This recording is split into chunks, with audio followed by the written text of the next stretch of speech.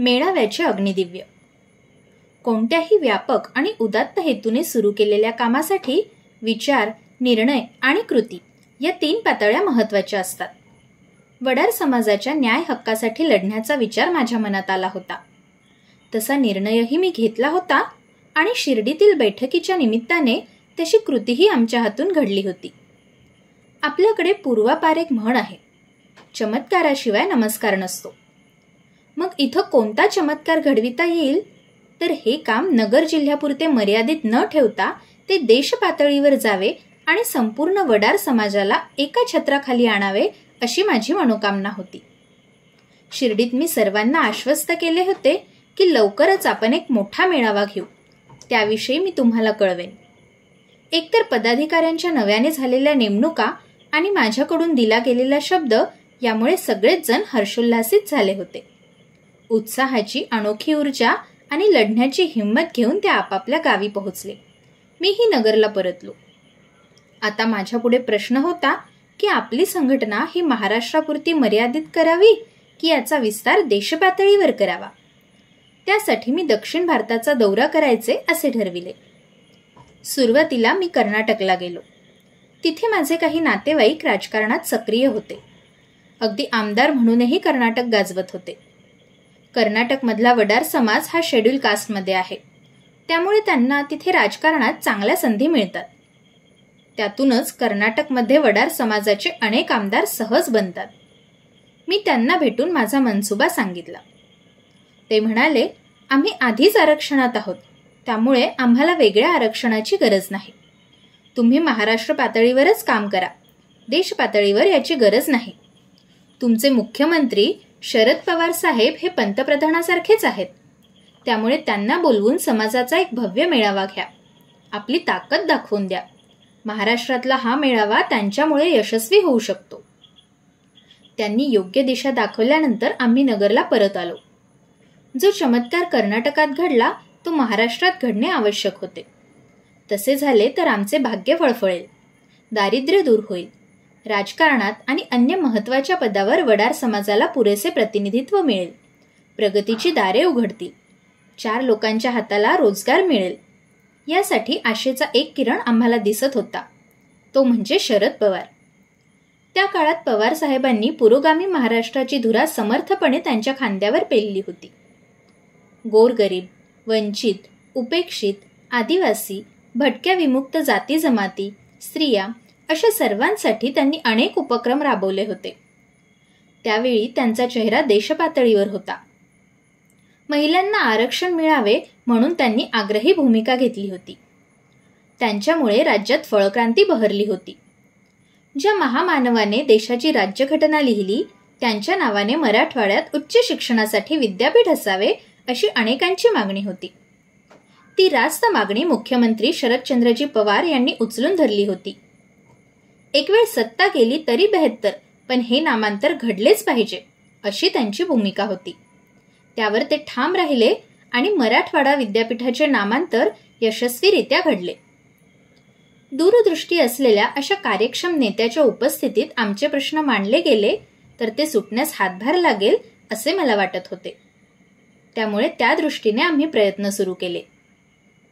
हा मेळावा घ्यायचा तर मुख्यमंत्र्यांची भेटण्यासाठी वेळ मिळणे आवश्यक होते. नगरचे आमदार दादाभाऊ कळमकर हे माझे स्नेही होते. मी त्यांना गाठून विषय सांगितला. त्यांना तो पटला आणि त्यांनी त्यांच्या क्षमतेनुसार योग्य ते सहकार्य करण्याचे आश्वासन दिले. इतक्यावरच ते थांबले नाहीत, तर त्यांनी मुंबईत माझी पवार साहेबांची भेट घालून दिली. साहेबांना मी विनंती केली की वडार समाजाचा मेळावा घ्यायचा आहे, त्यांना मार्गदर्शन करण्यासाठी आपण उपस्थित राहावे, ही सर्व समाजाच्या वतीने आपणास विनंती आहे. त्यांनी स्पष्टपणे विचारले, महाराष्ट्रात तुमची संख्या किती आहे? मी म्हणालो, साहेब, मी महाराष्ट्रात सर्वत्र फिरलो. प्रत्येक जिल्ह्यात, तालुक्यात, खेड्यापाड्यात, वाड्या वस्त्यावर आमचा समाज आहे. माझ्या मते त्यांची संख्या 40 लाखांपर्यंत आहे. मग त्यांनी विचारले, त्यापैकी किती लोक मेळाव्याला येतील? त्यांच्या या प्रश्नाने क्षणभर माझ्या अंगात वीज संचारली. मी ग्राउंड लेवलला काम केले होते, लोकांत मिसळलो होतो. माझा त्यांच्यावर विश्वास होता. त्यामुळे मी मोठ्या आत्मविश्वासाने सांगितले की त्यापैकी 2 लाख लोक तरी मेळाव्याला नक्की येतील. तेव्हा ना मोबाईल फोन होते, ना टीव्ही चॅनल्स, ना फेसबुक व्हॉट्सॲप. त्यामुळे माझा तो आकडा ऐकून साहेब हसायला लागले. मोठमोठ्या राजकारण्यांच्या सभाही 2 लाखांच्या होत नसत. त्यात आमचा वडार समाज कायम दुर्लक्षित आणि उपेक्षित. त्यामुळे पवार साहेबच काय, तिथे कोणीही असतं तरी त्यांनी आम्हाला वेड्यात काढलं असतं. त्यांचं गूढ हास्य पाहून मी तत्परतेने म्हणालो, साहेब, जर 2 लाखाच्या खाली माणसं मेळाव्याला असतील तर आपण येऊ नका. आपण तारीख द्या. त्या तारखेच्या आधी आपल्या शासकीय यंत्रणेकडून अहवाल मागवा. किती लोक जमतील याचा रिपोर्ट तेच तुम्हाला देतील. जर माझ्या दाव्यातील तथ्यानुसार 2 लाख लोक जमणार नाहीत असे आपल्या सूत्रांनी आपणास सांगितले तर आपण कार्यक्रमाला येऊ नका. माझी पूर्ण खात्री आहे आणि आत्मविश्वास आहे. मी बोलावलेल्या मेळाव्याला 2 लाख समाज बांधव नक्की येतील. मी बोलत होतो, साहेब ऐकत होते. माझ्यातील सळसळता उत्साह आणि प्रामाणिक भाव पाहून ते म्हणाले, ठीक आहे. त्यांचे ठीक आहे हे 2 शब्द मी ऐकले आणि लगबगीने उठलो. पुढचा 1-1 सेकंद आता माझी परीक्षा पाहणारा होता. त्यामुळे मी साहेबांचे आणि दादाभाऊ कळमकरांचे आभार मानून तिथून बाहेर पडलो. यापूर्वी मी महाराष्ट्राचा दौरा केलेला होता. आताचा प्रसंग मात्र बाका आणि निर्णायक होता. मला माझे अस्तित्व सिद्ध करावे लागणार होते. माझा शब्द पूर्ण झाला तर समाजाला एक मोठा आधारवड मिळणार होता. त्यामुळे मी पूर्ण 1 महिन्यांची रजा टाकली. करो वा मरो या भूमिकेनुसार मी स्वतःला सिद्ध केलं. पूर्वीचा अनुभव गाठीशी असल्याने आधीप्रमाणे विभागवार दौऱ्यांचं नियोजन केलं. यावेळी मी गावागावात जाऊन सांगत होतो, आपल्या मेळाव्याला मुख्यमंत्री येणार आहेत. आपल्या ज्या प्रलंबित मागण्या आहेत त्या मंजूर करण्याचे आश्वासन त्यांनी दिले आहे. आरक्षणासारखा आपला महत्त्वाचा प्रश्न सुटू शकतो. आपल्याला पहिल्या पातळीवर एकच करायचे आहे की 2 लाख बांधवांची ताकद त्यांना दाखवायची आहे. त्याप्रमाणे तुम्ही तयारीला लागा. स्वातंत्र्यानंतर इतक्या वर्षांनी आपल्याला न्याय मिळणार आहे. त्यामुळे ही संधी आपण दवडायची नाही.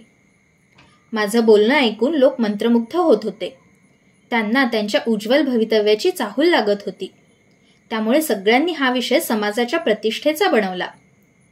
घरातले कार्य असावे त्याप्रमाणे सगळ्यांनी तयारी सुरू केली. पवार साहेबांनी मेळाव्यासाठी आधी 19 जून ही तारीख कळवली होती. पुन्हा ती बदलून 26 जून 1994 ही तारीख पक्की केली. मेळाव्यासाठीची ही तारीख कळाल्याने मी रोज 800 ते 1000 किमीचा प्रवास करत होतो. प्रत्येकाशी तळमळीने बोलत होतो. शासकीय जबाबदारी आणि दौऱ्याची दगदग यामुळे तब्येतीवरही काही विपरीत परिणाम जाणवत होते.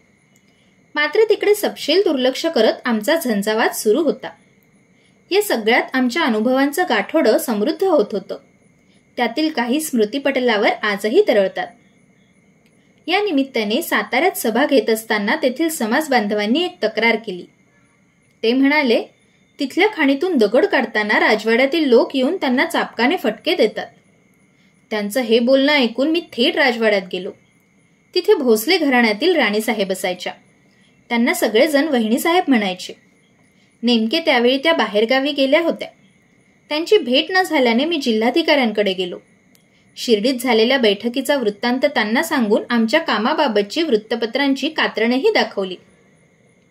मी वडार समाजाची संघटना काढत असून त्यासाठी मुख्यमंत्री येत आहेत. त्याच्याच माहितीसाठी मी गावोगावी सभा घेत आहे. हे माझे विधान ऐकून त्यांना आश्चर्य वाटले. यात पूर्ण लक्ष घालण्याचे आश्वासन त्यांनी मला दिले. मी शासकीय नोकरीत असून हे सगळे करतोय याचे मात्र त्यांना कमालीचे आश्चर्य वाटत होते. ते त्यांनी बोलूनही दाखवले. मी सरकारी नोकरीत असतानाही समाज बांधवांना होणाऱ्या त्रासाचा राजवाड्यात जाऊन जाब विचारायची ताकद माझ्यात नेमकी कोठून आली? जिल्हाधिकाऱ्यांपर्यंत त्यांचा प्रश्न घेऊन जावे असे का वाटले? अशा प्रश्नांचा विचार करता मला ज्योतिराव फुले आठवतात. डॉक्टर बाबासाहेब आंबेडकर आठवतात. असह्य वेदना, उपेक्षा, हेटाळणी सहन करूनही त्यांनी समाजाच्या प्रश्नांना लढा दिला.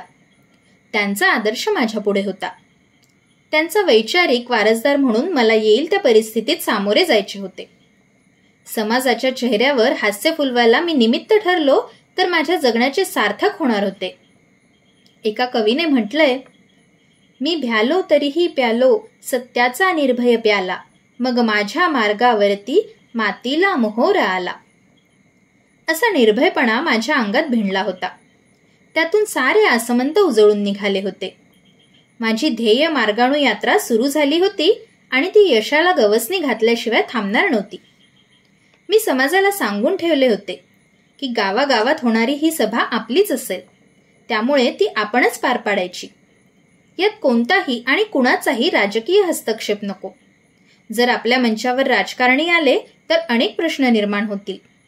थेट मुख्यमंत्र्यांच्या समोर आपण आपले प्रश्न मांडायचे. त्यांच्याशिवाय इतर कुणाही नेत्याला गळ घालायची नाही, त्यांच्या पुढे झुकायचे नाही. इतके स्पष्ट आवाहन करूनही काही ठिकाणी समाज बांधवांकडून गफलत झालीच. चिखलीच्या सभेत त्यांनी स्थानिक आमदारांना निमंत्रण दिले. ही गोष्ट मला कळताच मी त्या सभेला जाण्यास नकार दिला. तत्व, तळमळ आणि तिडीक हे 3 तकार माझ्या जीवनाचे अविभाज्य घटक बनले होते. समाजाच्या हिताचे तत्व, त्यांच्या भल्याची तळमळ आणि कुप्रथा, भ्रष्टाचार याविषयीची तिडीक मनात होती. त्यामुळे मी माझ्या भूमिकेवर ठाम होतो. माझा ठाम नकार ऐकल्यावर तेथील कार्यकर्ते एकत्र आले. त्यांनी दिलगिरी व्यक्त केली. त्यांचे आर्जव, विनंती ऐकल्यानंतर मला समाजाच्या हितापेक्षा हा मुद्दा तितकासा महत्वाचा नाही हे जाणवले. त्यामुळे अशा चुकीची पुनरावृत्ती होणार नाही असे आश्वासन त्यांच्याकडून घेऊन मी सभेला गेलो. सभा पार पडली. तेथील गर्दी पाहून आमदारही खुश झाले. आम्हाला सर्वतोपरी सहकार्य करण्याचे आश्वासन त्यांनी दिले. बुलढाण्यात यापेक्षा वेगळा प्रकार घडला. आमच्या समाजातील उपजाती मिटवायच्या आणि एकी वाढवायची हे माझे धोरण होते. ते माहीत असल्याने आमच्याच समाजातील एका उपजातीच्या नेत्याने समाजाला उद्देशून एक पत्र लिहिले. त्यामुळे त्या उपजातीतील काहींचा गैरसमज झाला आणि गोंधळ उडाला. सभेसाठी त्यांनी आधीच एक मोठे सभागृह आरक्षित करून ठेवले होते. त्यामुळे संभ्रम निर्माण झाला. हे माझ्या लक्षात येताच मी त्यांना आधी शांत होण्याचे आवाहन केले. त्यांना म्हणालो, स्वातंत्र्यानंतर इतक्या काळात आपली काय प्रगती झाली आणि आपण आपापसात भांडून काय मिळवणार आहोत, हे सगळे मिटवण्यासाठीच तर माझा हा सगळा प्रपंच सुरू आहे. जर आपण संघटित झालो तरच आजवर जे मिळाले नाही ते मिळेल, अन्यथा या दुष्टचक्रातून आपण बाहेर पडणारच नाही. माझे बोलणे ऐकून सगळे शांत झाले. प्रत्येकाला ते भावले, पटले. त्यांनी मला उत्स्फूर्त प्रतिसाद दिला. ज्यांनी समाजाला उद्देशून पत्र लिहिले होते त्यालाही या भावना पटल्या. त्याला मी समाजाची व सर्व उपजातींची माफी मागायला लावली आणि प्रश्न मिटवला. ती सभा आणखी उत्साहात आणि जोमात पार पडली. जे होते ते चांगल्यासाठीच याचा अनुभव मी घेत होतो. माझ्या यवतमाळच्या सभेच्या वेळी माझ्या जवळच्याच एका कार्यकर्त्याने परस्पर त्याच दिवशी संध्याकाळी कांदिवली, मुंबई येथे सभेचे आयोजन केले. कुठे यवतमाळ आणि कुठे मुंबई, पण यवतमाळची सभा आटोपून मी सरळ मुंबईचा रस्ता धरला. तेव्हा आजच्यासारखे 4 पदरी 6 पदरी महामार्ग नव्हते. निरोप देण्यासाठी मोबाईलही नव्हते. तरीही आम्ही वेगाने मुंबई गाठली. तिथे पोहोचायला मात्र रात्रीचे 9-9:30 वाजले होते. त्या कार्यकर्त्याने सर्वांना 6:30ची वेळ दिली होती. तरीही लोक थांबले होते. त्यांनी मला उशीर का झाला असे विचारल्यावर मी काय सांगणार. तरीही सभा जोशात पार पडली. ती आटोपून मी त्याच रात्री नगरकडे परतलोही. पनवेलच्या सभेचा अनुभव तर आणखीनच वेगळा. भर पावसात सभा संपून परत निघताना माझी गाडी बंद पडली. त्यामुळे मला पनवेललाच थांबावे लागले. एवढी दगदग आणि धावपळ यामुळे मी शिणलो होतो. रात्री झोप लागल्यानंतर अर्धवट शुद्धीत जाग आली. तेथील कार्यकर्त्याने डॉक्टरकडे नेल्यानंतर माझे ब्लड प्रेशर वाढल्याचे आढळले. औषधोपचार घेऊन मी अहमदनगरला आलो. आता मेळाव्याला खूप कमी दिवस राहिले होते. त्यामुळे तयारीला अजून गती देणे गरजेचे होते. एव्हाना माझ्या महाराष्ट्राच्या 2 फेऱ्या झाल्या होत्या. अनेक भल्या बुऱ्या अनुभवाचे संचित गाठीशी साठले होते. मैं अकेला ही चला था जानिबे मंजिल, मगर लोग साथ आते गए और कारवा बनता गया, असे काहीसे होते. आता मला पूर्ण खात्री होती की मेळाव्याला 2 लाख समाज बांधव नक्की येणार. त्यामुळे नगर येथे स्थानिक तयारी करणे अत्यावश्यक होते. दामोदर तात्याबा तथा दादासाहेब रुपवते हे डॉक्टर बाबासाहेब आंबेडकर यांचे सहकारी आणि अनुयायी होते. रिपब्लिकन पार्टी ऑफ इंडियाचे ते संस्थापक सदस्य. महाराष्ट्र विधान परिषदेचे सदस्य आणि कॅबिनेट मंत्री म्हणूनही त्यांनी काम पाहिलेले. त्यांच्याकडे समाज कल्याण, गृहनिर्माण, सांस्कृतिक, मत्स्य व्यवसाय, झोपडपट्टी विकास अशी खाती होती. प्रबुद्ध भारत या साप्ताहिकाचे आणि मराठी विश्वकोश मंडळ वाईचे संपादक म्हणूनही त्यांनी ठसा उमटवला होता. त्यावेळी त्यांच्या एका संस्थेचा नगरमध्ये कार्यक्रम होता. त्यांना मुख्यमंत्र्यांनी आमच्याच कार्यक्रमात वेळ दिली. दादासाहेब हे दलितांचे पुढारी. आमच्या वडार समाजाच्या कार्यक्रमात त्यांचा कार्यक्रम घुसडला तर आमच्या समाज बांधवावर त्याचा विपरीत परिणाम झाला असता, असा एक समज आमच्या मनात होता. असंख्य टक्के टोणपे सहन करत आम्ही पहिल्याच भव्य मेळाव्याचे आयोजन केले होते. त्यासाठी अहोरात्र खस्ता खात होतो. त्यामुळे दादासाहेबांनी त्यांचा कार्यक्रम वेगळा घ्यावा अशी विनंती करण्यासाठी मी त्यांच्या मुंबईतील घरी गेलो. तेव्हा समजले की ते कार्यक्रमासाठी बाहेर गेले आहेत आणि रात्री उशिरा परततील. बाहेर धोधो पाऊस पडत होता. मी आडोशाला उभा राहून त्यांच्या येण्याची प्रतीक्षा करत होतो. ते रात्री उशिरा आले. त्यांना भेटून मी विनंती केली की आमची अनेक वर्षांपासूनची एक मोठी सभा मोठ्या कष्टाने उभी करीत आहोत. मला शंका आहे की आपल्यासारख्या मोठ्या व्यक्तीने आमच्या मेळाव्यात आपला कार्यक्रम केला तर आमच्या मेळाव्याकडे आणि आमच्या उद्देशाकडे दुर्लक्ष होईल. त्यामुळे आपणास विनंती आहे की आपण आपला कार्यक्रम वेगळा घ्या. त्यांनी बाबासाहेबांबरोबर मोठे काम केले होते. त्यामुळे आमची प्रामाणिक तळमळ त्यांना कळेल असे मला वाटत होते. मात्र झाले उलटेच. त्यांचे बोलणे ऐकून मला धक्काच बसला. ते म्हणाले, मी काही माझा कार्यक्रम रद्द करणार नाही आणि तुम्ही लोक अजूनही जातीयवादी आहात. त्यामुळे तुम्हाला आमचा कार्यक्रम नको आहे. माझ्या मनात दूर दूरपर्यंतही असा विचार नव्हता. फुले, आंबेडकर हे माझ्या अभ्यासाचे, जिव्हाळ्याचे आणि आदराचे विषय होते. आजही आहेत. त्यामुळे असा विचार करणे शक्यच नव्हते. त्यांना असे का वाटले कोण जाणे. मी परत एकदा त्यांना विनंती केली. त्यावर ते म्हणाले, सीएम साहेबांनी मला वेळ दिलेला आहे. बदल हवा असेल तर आपण सीएम साहेबांना भेटा व त्यांच्याकडून तुम्हाला पाहिजे तसे वेळापत्रक तयार करून घ्या. मी अस्वस्थ झालो. मनात म्हटले, बघूया काळाच्या पोटात काय दडले आहे ते, व परत अहमदनगरला येऊन तयारीला लागलो. आपल्या घरात एक छोटासा कार्यक्रम घ्यायचा तर आपली किती धावपळ उडते. इथं तर समाजाच्या भवितव्याचा विचार होता. त्यात राज्याचे मुख्यमंत्री मेळाव्याला येणार होते. त्यामुळे हा विषय प्रतिष्ठेचाही झाला होता. समाज बांधवांच्या आशा आकांक्षा उंचावल्या होत्या. आपले पिढ्यानपिढ्याचे गाऱ्हाणे ऐकून घेण्यासाठी कोणीतरी येतंय याचंच त्यांना अप्रूप वाटत होतं. त्यांचा हा विश्वास सार्थ ठरवणं हे माझं नैतिक कर्तव्य होतं. त्यामुळे तिथं मी स्वतःला पणाला लावलं होतं. अहमदनगरमध्ये मुख्यमंत्र्यांचे जोरदार स्वागत व्हावे आणि हा कार्यक्रम न भूतो न भविष्यती व्हावा यासाठीचे माझे प्रयत्न होते.